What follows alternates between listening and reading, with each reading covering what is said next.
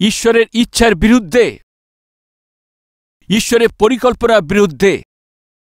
Simpson যখন তিমনাতে গেছে, কি হয়েছে দেখবেন আসুন। কি হয়েছে দেখবেন আসুন। বিচার কর্তৃগণ তার 14 অধ্যায় 5 পদেতে। পরে সিমসন ও তার পিতামাতা তিমনায় নামিয়া গেলেন।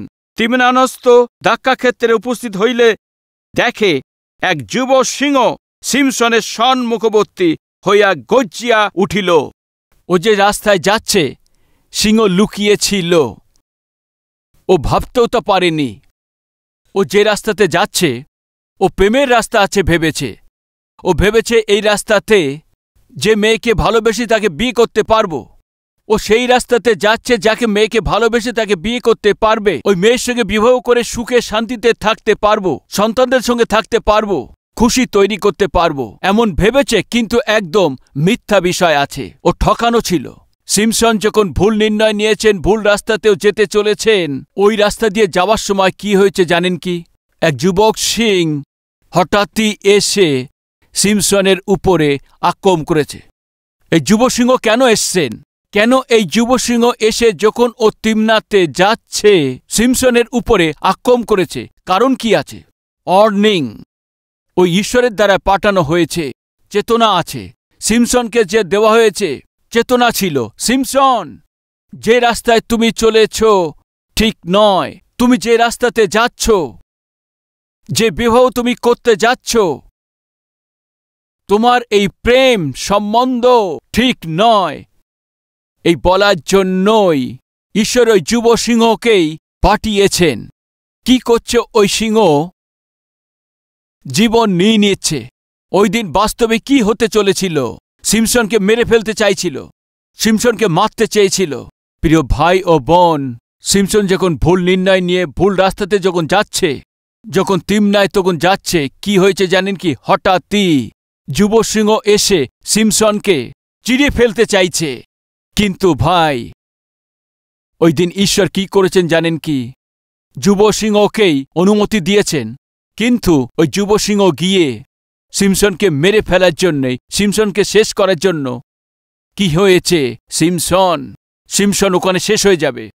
যাও আশা করেছিল, ঈশ্বরের উদ্দেশ্য ছিল, পূর্ণ হয়নি। আর একদিকে ওয়ার্নিং দিয়েছেন, আর দ্বিতীয় দিক থেকে তার মহান অনুগ্রহ থেকে সিমসনকে শক্তি দিয়ে ওই যুব সিংহ থেকে সিমসনকে ছাড়িয়ে নিয়েছেন। প্রিয় ভাই ও বোনেরা, আমাদের বোঝার জন্য গুরুত্বপূর্ণ পাঠ কি আছে?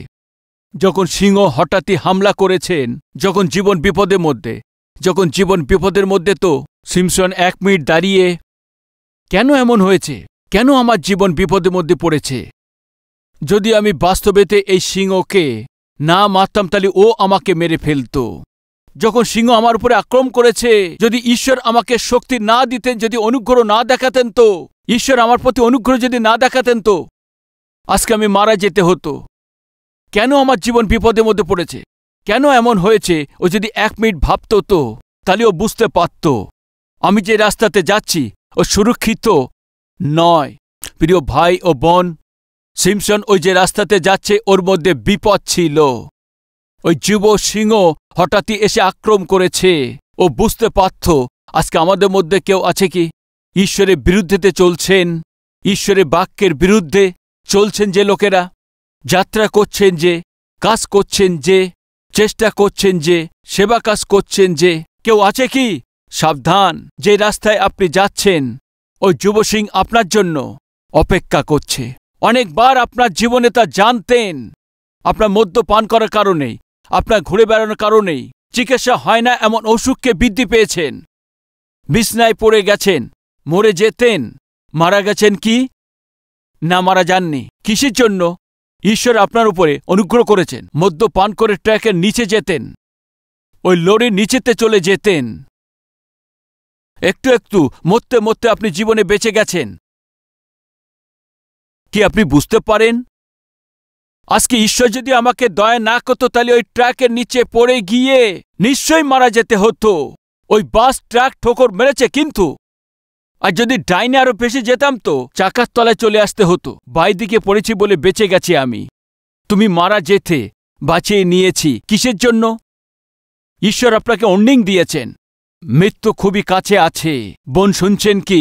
অনেকবার খাবার তৈরি করার সময়, অনেকবার আপনি না জানতেই, গ্যাস না অফ করাতেই, গ্যাস লিক হওয়াতে, না হয় কারেন্ট শর্ট লাগাতে, না হয়তো অন্য কোনো দুর্ঘটনার দ্বারাতেই, আর না হয়তো কোনো অসুখের দ্বারাতে, আর হঠাৎই কিছু হওয়াতেই, হসপিটালেতে যাওয়া, বিভিন্ন ধরনের অসুখ থেকে আপনি পড়ে যাওয়াতেই, এসব হওয়াতেই, এসব বুঝতে পারছেন না ঈশ্বর আপনাকে ওয়ার্নিং দিচ্ছেন।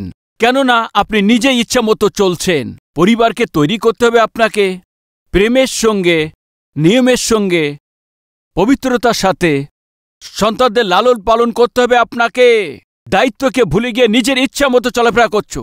এক ঝগড়াটে মায়ের রূপেতেই স্ত্রীর রূপেতে তৈরি হয়ে গেছো। কতবার আপনার অসুখের এই শরীরেতেই অপারেশন হয়েছে, শরীরকে কাটা হয়েছে, তারপরেও বুঝতে পারো না।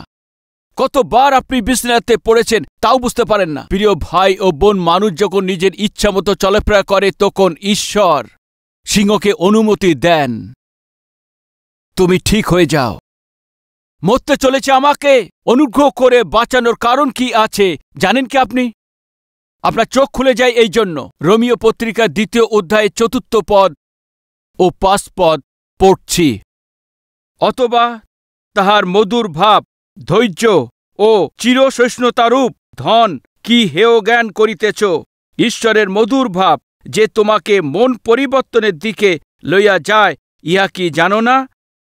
কিন্তু তোমার কঠিন ভাব এবং অপরিবর্তনশীল চিত্ত অনুসারে তুমি নিজের জন্য এমন ক্রোধ সঞ্চয় করিতেছ, যাহা ক্রোধের ও ঈশ্বরের ন্যায় বিচার প্রকাশের দিনে আসিবে।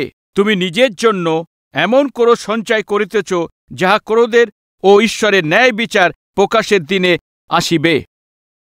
ঈশ্বর আপনার উপরে অনুগ্রহ করেছেন। ঈশ্বর আপনার সহনশীলতার সঙ্গে, ধৈর্যের সঙ্গে আপনাকে আরো দেখছেন। আপনি পরিবর্তন হবেন, মন ফেরাবেন। ঈশ্বর এই অপেক্ষাতেই আছেন। অনেক দুর্ঘটনার আপনি মুখোমুখি হয়েছেন, অনেক সমস্যার আপনি মুখোমুখি হয়েছেন, অনেক অসুখের মুখোমুখি হয়েছেন।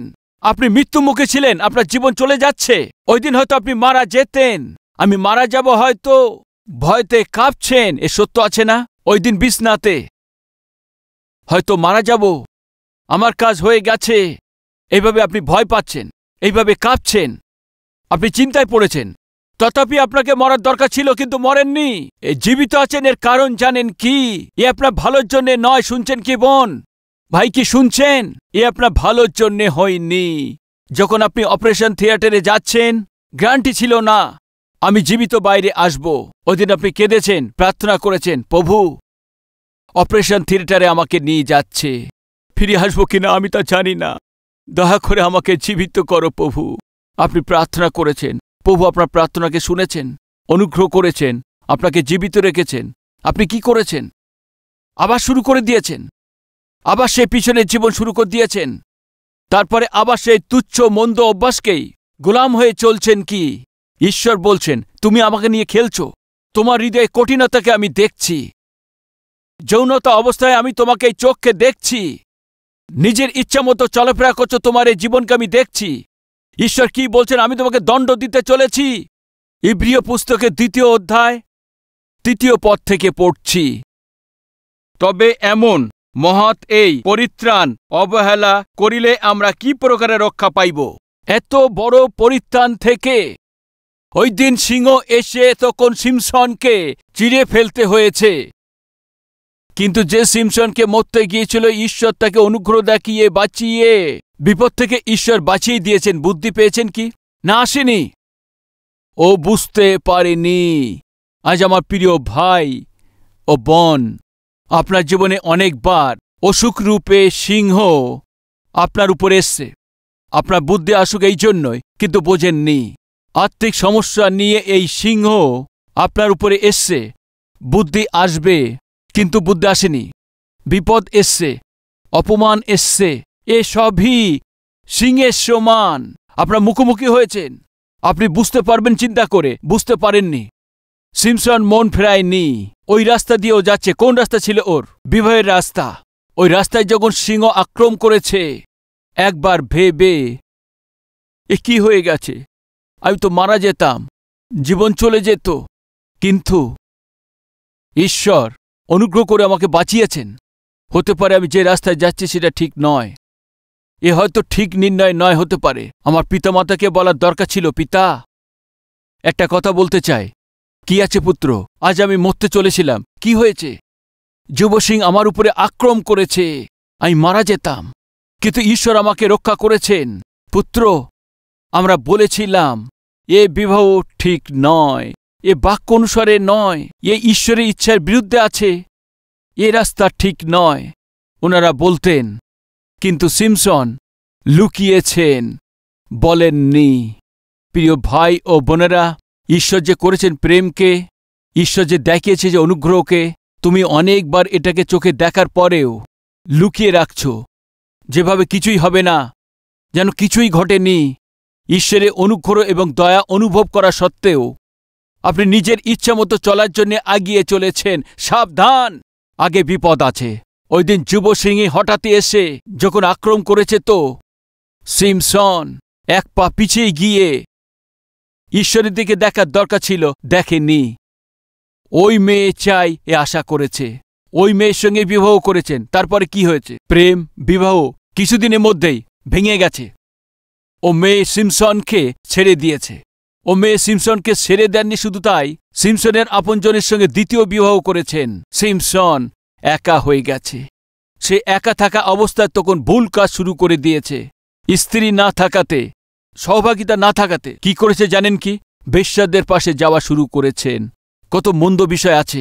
শেষেতে পলিস্ট্রিদের হাতেতে বন্দী হয়ে গেছে, বন্দী হয়েছে, দুঃখ পেয়েছে।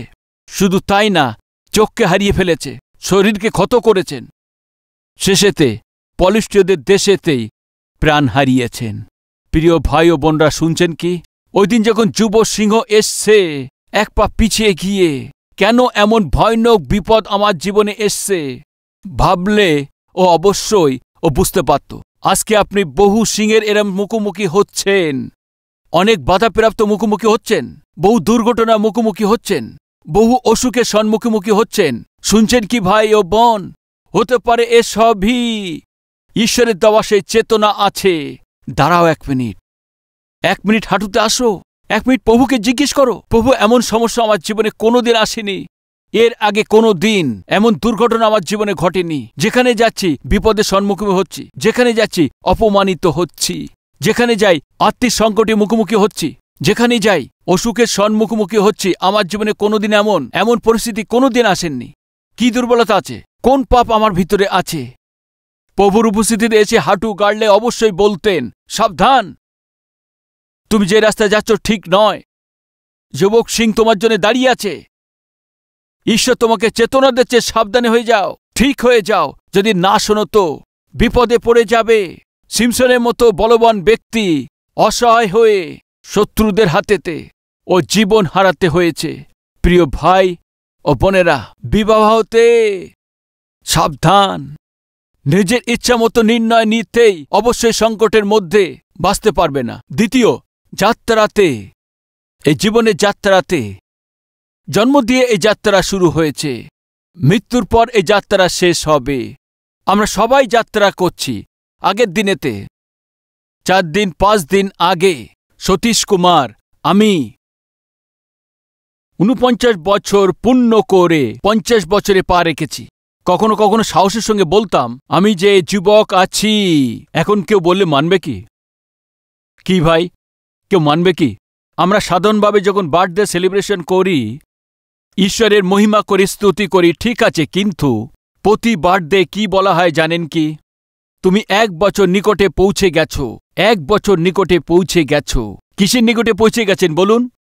আপনার যাত্রা সমাপ্ত করতে ওই দিনের নিকটে আপনি পৌঁছে গেছেন।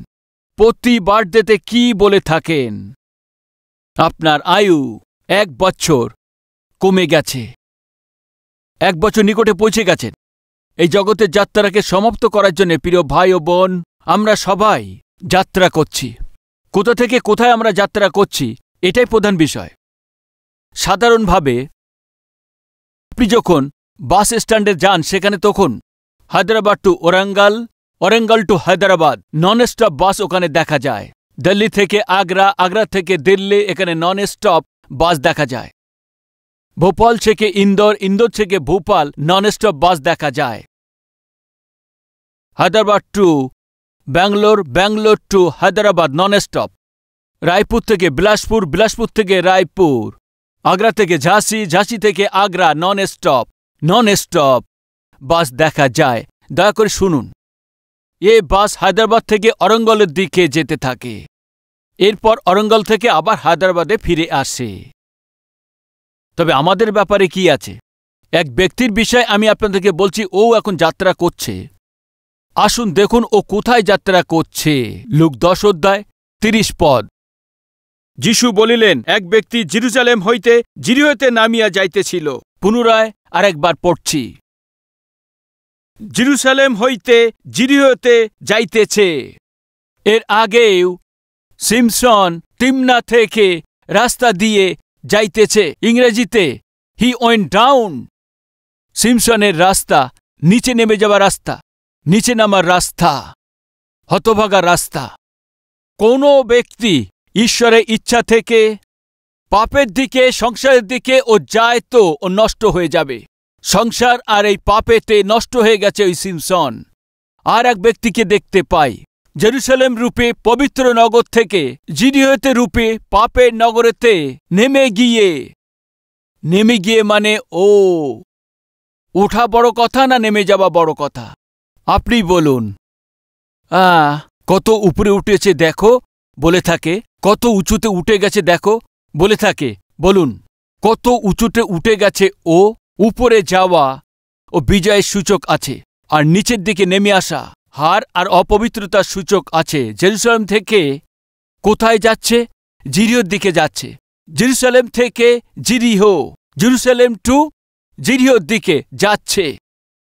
আজ আমাদের মধ্যে কেউ আছে কি জেরুসালেম রূপে পবিত্র নগর থেকে জিরিহো রূপে অভিশাপ নগরের দিকে কেউ যাওয়ার জন্য আছেন কি?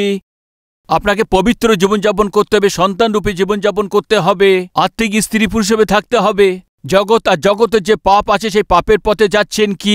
জগতে প্রধান হিসেবে 3টে অভিলাষ আছে, চোখের অভিলাষ, শারীরিক অভিলাষ, জীবিকার গর্ব। এই 3 যার মধ্যে থাকে তার মধ্যে ঈশ্বর থাকেন না, ওনার স্বর্গে যাবার কোনো চান্স থাকে না। এই ব্যক্তি আত্মিকতাকে ছেড়ে দিয়ে, পবিত্রতাকে ছেড়ে দিয়ে পাপের এই কাজকে করার জন্য জিরিহোর দিকে সে যাচ্ছে। সাবধান!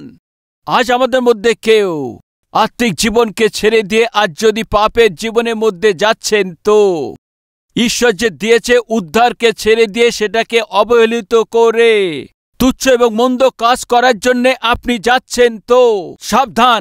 ওই রাস্তাতে আপনার জন্য তাক করে বসে আছে কে? আপনাকে নষ্ট করবে যে, আপনাকে লুট করবে যে। দেখবেন আসুন কি হয়েছে। এক ব্যক্তি জেরুজালেম হইতে জিরিহোতে নামিয়া যাইতেছিল। এমন সময় দস্যু দলের হস্তে পড়িল, তাহা তার বস্ত্র খুলিয়া লইল এবং তাহাকে আঘাত করিয়া আধমরা অবস্থায় ফেলিয়া চলিয়া গেল। হয়ে গেছে কাজ। জেরুজালেম ছেড়ে সে জিরিহোর দিকে চলে যাচ্ছিল। কি হয়েছে? ওই রাস্তায় লুকিয়ে আছে কে? লুটকারী। ভাই ও বোনেরা, ঈশ্বরের সন্তান হিসেবে জীবনযাপন করতে হবে, ঈশ্বরের গ্রহণযোগ্য আপনাকে চলতে হবে, পবিত্র ব্যক্তি হিসেবে আপনাকে চলতে হবে। আপনি পাপের অভ্যাসে হয়ে, আপনি পাপময় কাজ করে আপনি চলেছেন, তো পাপের আপন লোকজন সঙ্গে মিশে আপনার পবিত্র শরীরকে অপবিত্র করার জন্য, না হয়তো পাপের জগতের মধ্যে ডুবে গিয়ে অধার্মিকতায় অবস্থা উপার্জন করে যদি দৌড়াচ্ছেন, তো শুনুন, আপনি যে রাস্তায় যাচ্ছেন লুকিয়ে বসে আছে কে? আপনার নষ্ট করবেন যে, আপনার যা কিছু আছে খালি করবে যে, লুট করবে যে। ও যখন ওই রাস্তায় যাচ্ছে কার হাতে পড়েছে? ডাকাতের হাতেতে। ভাই আপনি শুনছেন, বোন আপনি শুনছেন, আপনি ঈশ্বরের উপস্থিতি থেকে দূরে সরে যাচ্ছেন, জগতের দিকে যাচ্ছেন, পাপের দিকে যাচ্ছেন। শুনুন, আপনাকে নষ্ট করবে যে, আপনাকে নষ্ট করার লোক লুকিয়ে বসে আছে।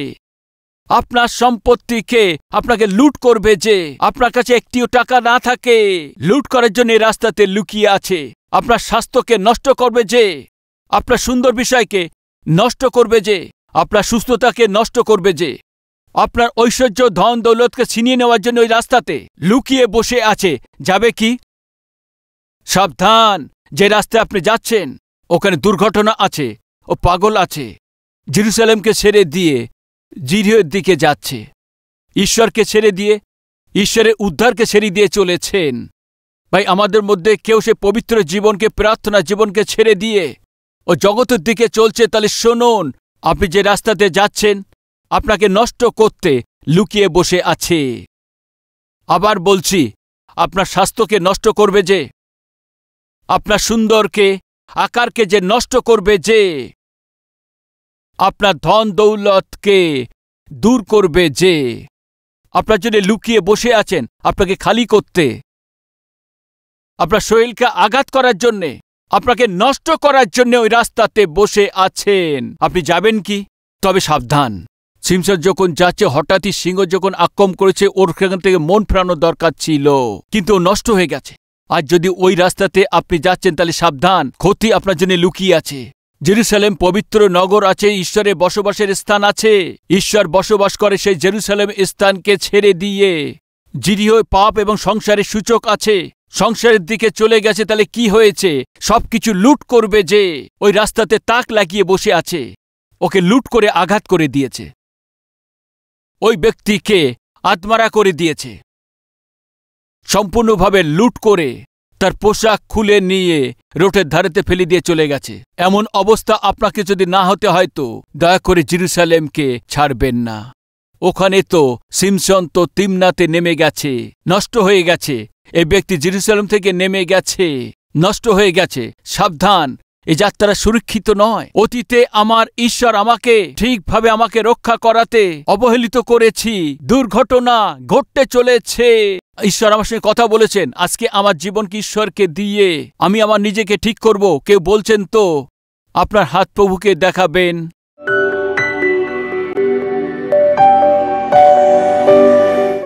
মহান পবিত্র প্রেমিক আমাদের স্বর্গীয় পিতা পাপেতে প্রদেশ এবং প্রান্তে জায়গাতে গিয়েছে, জীবন হারানো আজকে অনেক লোক জেরুজালেমকে ছেড়ে দিয়ে যাচ্ছে। এই লোকরা অনুতপ্ত হয়ে আপনার দিকে ফিরছে। পিতা, আপনি যে দিয়েছেন আহ্বান, সেই সেবাকে দিয়েছে যে, সেই কাজকে ছেড়ে দিয়ে নিজের ইচ্ছা মতো জীবনযাপনের জন্য দৌড়ানোর জন্য জোনার মতো লোক আছে। ঝড় তুফানকে সহ্য করতে না পেরে আজকে অনুতাপ করছে। পিতা, আরেকটি চান্স দিন পিতা, আরেকটি বা সুযোগ দিন পিতা। যেদিন আমি আপনাকে ছেড়ে দেব, যেদিন আপনার ইচ্ছার বিরুদ্ধে গিয়ে আমি পা ফেলব, ও রাস্তা অনেক বিপদ আছে। ওই রাস্তাতে সিংহ, ঝড় এবং জীবনের ক্ষতি আমাদের আঘাত করার জন্য বসে আছে। জেনে বুঝে পিতা আমাদের জীবনকে সংশোধন করা আপনি অনুগ্রহ করুন। আজকে শুনে এই বাক্যকে বিশ্বাস করে পিতা আপনাকে ভগ্ন মনেতে যে অনুতাপ করছে তাদের গ্রহণ করুন, আশীর্বাদ দিন, তাদের আশীর্বাদদায়ক বানিয়ে দিন। যিশু খ্রিস্টের নামেতে চাইছি পিতা, আমেন।